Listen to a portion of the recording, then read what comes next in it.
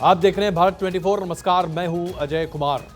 प्रधानमंत्री नरेंद्र मोदी कुछ ही देर में आदि शंकराचार्य की जन्मभूमि पर पहुंचने वाले हैं, कांची में मौजूद हैं। और प्रधानमंत्री नरेंद्र मोदी आज आदि शंकराचार्य जी को भारत की संस्कृति और एकता का प्रतीक मानते हैं। ये बात हम सब जानते हैं, लेकिन आज उसे चीरतात होते हुए भी देखेंगे। प्रधानमंत्री नरेंद्र मोदी आदि शंकराचार्य के पास जाकर न सिर्फ वहां पर अपनी बातों को सामने रखेंगे, बल्कि उनसे बातचीत भी करेंगे।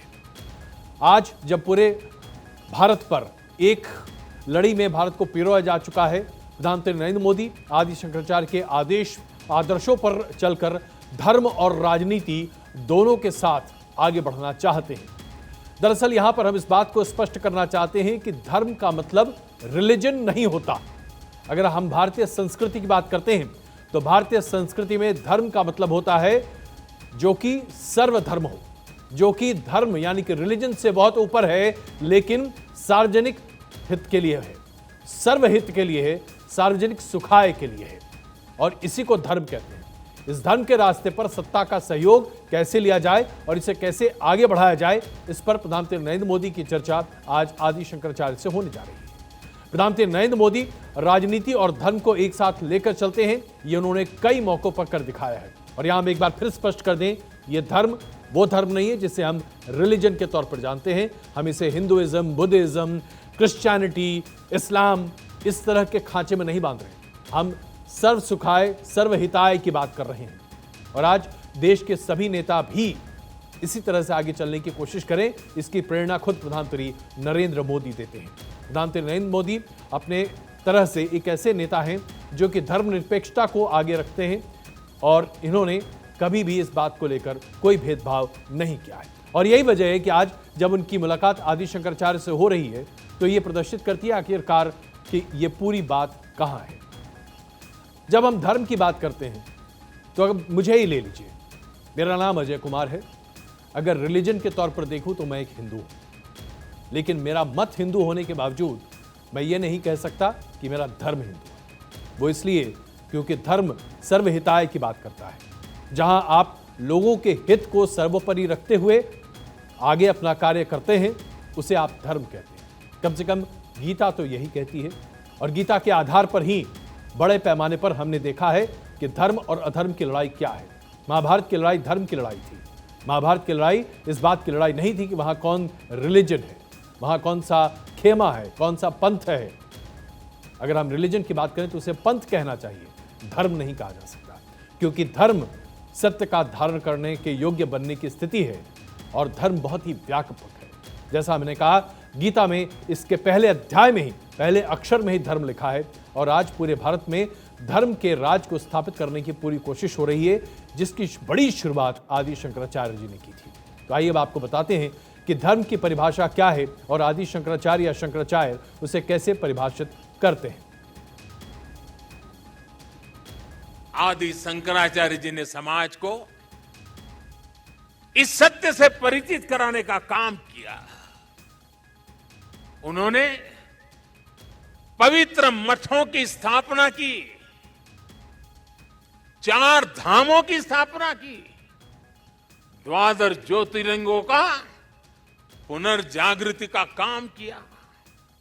उन्होंने सब कुछ त्याग कर देश, समाज और मानवता के लिए जीने वालों की एक सशक्त परंपरा खड़ी की। आज उनके अधिष्ठान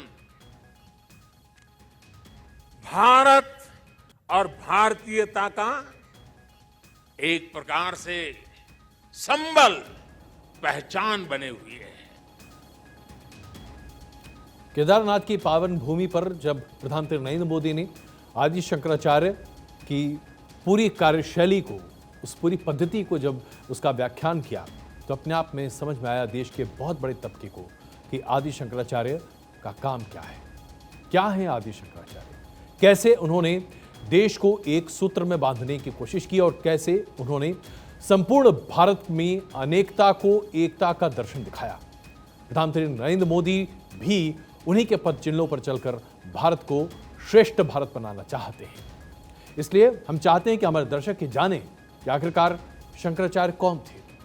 शंकराचार्य के माता पिता ने उनके जन्म के लिए वर्षों तक भगवान शिव से तपस्या की थी, जिसके बाद उनका जन्म हुआ।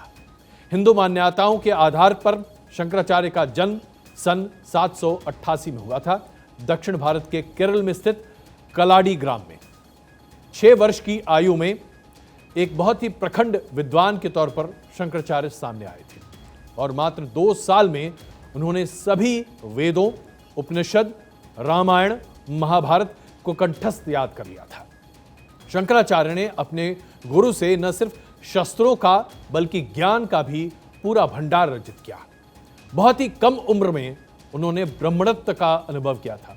और यहां पर हम जाति सूचक टिप्पणी नहीं कर रहे। ब्राह्मणत्व एक मनस्थिति है, एक सोच और विकास की परिस्थिति है। शंकराचार्य ऐसे सन्यासी हैं जिन्होंने गृहस्थ जीवन त्यागने के बाद भी अपनी मां का अंतिम संस्कार किया। काशी में रहकर शंकराचार्य ने अपने जीवन के व्यवहारिक और आध्यात्मिक पक्ष को जाना और प्रदर्शित भी किया। 32 वर्ष की छोटी सी उम्र में ही केदारनाथ के समीप उनका स्वर्गवास हुआ। तो शंकराचार्य कौन थे? शंकराचार्य के हमने आपको बताया कि उनके माता पिता ने एक अरसे बाद उनको पाया और ये पूरे देश भर के लिए बहुत महत्वपूर्ण था। लेकिन भारत को एक सूत्र में बांधना उनके लिए कितना आवश्यक था, ये आपको हम दिखाते हैं। ये एक ऐसा दौर था जब हिंदुस्तान में, भारत में उस वक्त धर्म का प्रचलन कम होता दिखाई दे रहा था। और मैं एक बार फिर आपके सामने आश्वस्त करना चाहता हूं, हम धर्म का मतलब रिलीजन नहीं कह रहे, हम इसे पंथ की बात नहीं कर रहे, हम धर्म की बात कर रहे हैं। और धर्म की जैसे जैसे जय जयकार कम हो रही थी, वैसे वैसे विद्वान पंडित भी शार्थार्थ कर अपने आप को सामने नहीं ला पा रहे थे। और ऐसे में आदि शंकराचार्य ने एक नई सोच, एक नई कल्पना को सामने रखा। आदि शंकराचार्य ने उत्तर भारत के हिमालय में स्थित बद्री धाम से लेकर दक्षिण भारत के पुजारी और दक्षिण भारत के मंदिर में उत्तर भारत के पुजारी को स्थापित करने की एक नई सोच सामने रखी, एक नई परिपाटी। वहीं पूर्वी भारत के मंदिर में पश्चिम के पुजारी और पश्चिमी भारत के मंदिरों में पूर्वी भारत के पुजारियों को स्थापित किया, जिससे भारत की चारों दिशाओं में आध्यात्मिक और सांस्कृतिक रूप से एकाकरण होता हुआ दिखाई दिया, मजबूती दिखाई दी। कल्पना कीजिए, आप उत्तर प्रदेश में रह रहे हैं और आपकी नौकरी दक्षिण भारत में लग जाए, तो आप क्या करेंगे? जाहिर सी बात है, जब उत्तर प्रदेश का रहने वाला व्यक्ति केरल में जाकर रहेगा तो वहां उस केरल की भाषा को समझेगा, उसकी व्यवस्था, उसकी कल्चर को समझेगा और इसी से समन्वय बैठता है। जितनी आसानी से हम इसे कह रहे हैं, उससे कहीं भी मुश्किल काम था आदि शंकराचार्य के लिए, जिन्होंने एक भारत श्रेष्ठ भारत की परिभाषा को चरितार्थ करने के लिए यह सब कुछ किया। उत्तर भारत से दक्षिण का मेल करवाया ताकि भारत के लोग सांप्रदायिक जातियों में बंटने के बजाय इससे ऊपर उठकर धर्म का पालन करते हुए दिखाई दें और कोई भी व्यक्ति, कोई भी समुदाय, कोई भी सोच हिंदुस्तान का बंटवारा नहीं कर पाए। आदि शंकराचार्य को तो हम जानते हैं उन्होंने किस तरह से देश को एकजुट में बनाया, लेकिन पूरे देश को एकजुट रखने के लिए देश और समाज की सुरक्षा की आवश्यकता होती है। ऐसे में एक सैन्य बल की आवश्यकता थी, लेकिन यह सैन्य बल किसी राजा की सेना से बिल्कुल अलग थी। ये देश और राष्ट्र निर्माण के लिए एकत्रित होने वाली सैन्य बल थी और इसीलिए शंकराचार्य ने दशनमामी सन्यासी अखाड़ों को देश की रक्षा के लिए एकत्रित किया और उन्हें अलग अलग खेमों में बांटा। इन अखाड़ों से सन्यासियों के नाम के पीछे वाले शब्दों से ही उनकी पहचान होती है। उनके नाम के पीछे वन, अरण्य, पुरी, भारती, सरस्वती, गिर, पर्वत, तीर्थ, सागर और आश्रम, इन शब्दों को लगाकर आप समझ सकते हैं कि किस पंथ के ये सब आचार्य हैं, सन्यासी। आदि शंकराचार्य ने इनके नाम के मुताबिक इन्हें अलग अलग जिम्मेदारियां सौंपी। जिनके नाम में वन और अरण्य लगता था, उन सन्यासियों को छोटे और बड़े जंगलों में रहकर धर्म और प्रकृति की रक्षा की एक तरह से जिम्मेदारी सौंपी गई, ताकि इन जगहों पर कोई भी अधर्मी देश में ना आ सके और ना ही यहां तबाही मचा सके।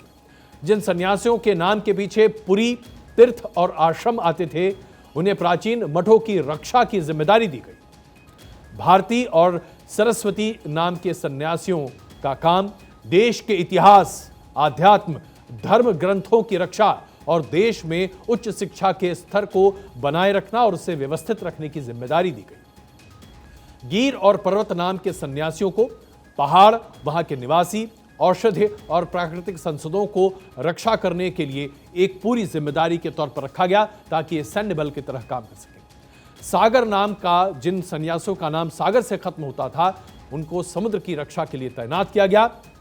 कल केरल में जब आईएनएस विक्रांत को देश को समर्पित किया जाएगा तो फिर इस समय आप सोचिए कितना महत्वपूर्ण समय होगा जब वो सन्यासी जिनके नाम के खत्म होने पर सागर का चरितार्थ होता है, ये सन्यासी वहां पर मौजूद होंगे, क्योंकि नौसेना के लिए ये बहुत बड़ा मौका है और ये सभी सन्यासियों की सेना आशीर्वाद देकर शंकराचार्य के इस बड़े काम को कि देश को सुरक्षित और संरक्षित कैसे रखा जाए उसे आगे बढ़ाएंगे।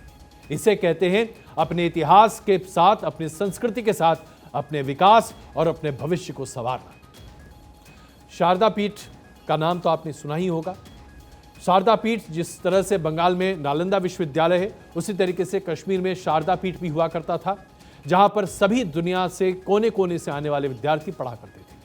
आदि शंकराचार्य ने इसकी पुनः स्थापना की थी क्योंकि विदेशों से आए आक्रांताओं ने भारत में कश्मीर में प्रवेश करते ही इस संस्थान को खत्म करने की पुरजोर कोशिश की थी। गौरी गजनवी, इसके साथ साथ कई ऐसे आक्रांता आए जिन्होंने कश्मीर में भारत में घुसते ही भारत की शिक्षा व्यवस्था पर चोट की और कश्मीर में अब प्रधानमंत्री नरेंद्र मोदी ने उसी कश्मीर में धारा 370 को हटाकर लोगों को एकजुट करने की कोशिश की है। इसे ही हम कह सकते हैं शंकराचार्य को सच्ची श्रद्धांजलि देना। कश्मीर पहुंचने पर आप शंकराचार्य जी का काम देख सकते हैं, कैसे जैन, बौद्ध, संख्य योग से जुड़े विद्वत पंडितों का शास्त्रार्थ वहां पर हुआ करता था और उसके बाद तमाम बातें हुआ करती थी। कश्मीरी पंडितों के अनुसार देवी शारदा ने स्वयं आशीर्वाद दिया था और कश्मीरी पंडितों ने एक कहानी भी प्रचलित की कि शंकराचार्य अडिग थे कि मूर्ति सिर्फ और सिर्फ ईश्वर का प्रतीक है। कश्मीरी विद्वानों का मत था कि देवता की मूर्ति देवता की अभिव्यक्ति है। अपना पक्ष सत्य ठहराने के लिए उन्होंने वहां रखी देवी शक्ति की मूर्ति के मस्तक पर जोर से हाथ मारा तो उससे रक्त बहने लगा, ऐसी मान्यता है। जिसके बाद आदि शंकराचार्य ने एक कपड़े से शक्ति के मस्तक पर पट्टी बांध दी और उसके बाद से एक परिपाठी निकल आई। आदि शंकराचार्य ने खुद अपने माथे पर, अपने मस्तिष्क पर एक पट्टी बांधनी शुरू की और ये पट्टी आज भी कश्मीर में बांधी जाती है। इसे कश्मीर का तिरंगा कहा जाता है। कश्मीर का पंडित समुदाय, खास करके महिलाएं, पारंपरिक परिधान में इसे अहम मानती हैं और अपने माथे पर इसे सजाती भी हैं। तो ये हम आपको शंकराचार्य के पूरे अलग अलग पहलुओं को सामने रख रहे हैं ताकि हम समझ सकें कि आखिरकार शंकराचार्य का योगदान भारत के इतिहास में, भारतीय संस्कृति में कितना है और आखिरकार क्यों प्रधानमंत्री नरेंद्र मोदी आज जब आदि शंकराचार्य के जन्मस्थल पर पहुंच रहे हैं तो उनके लिए यह पहुंचना सिर्फ बहुत महत्वपूर्ण है बल्कि पूरे देश को यह समझना आवश्यक है। प्रधानमंत्री की शंकराचार्य की भूमि पर तो हमने बात की कि वहां क्या होने जा रहा है।